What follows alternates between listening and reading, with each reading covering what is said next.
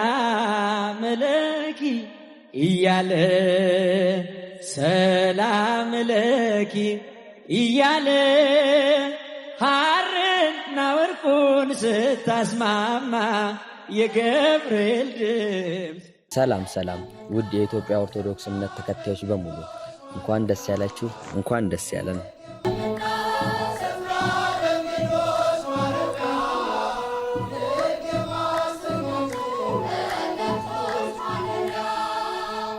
አዎ አሁንም እንኳን ደስ አላችሁ።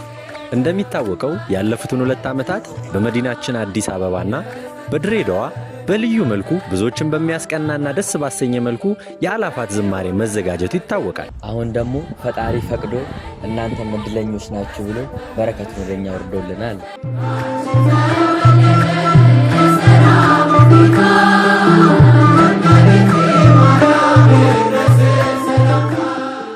አዎ ለ3ኛ ዓመት ነው በምስራቅ ሸዋ ሀገረ ስብከት በቅድስት ሥላሴ ቤተ ክርስቲያን ብፁዕ አባታችን የምስራቅ ሸዋ ሀገረ ስብከት ሊቀ ጳጳስ አቡነ ጎርጎርዮስ በተገኙበት ይኸው የአላፋት ዝማሬ ቦታው ተባርኮ ተጀምሯል።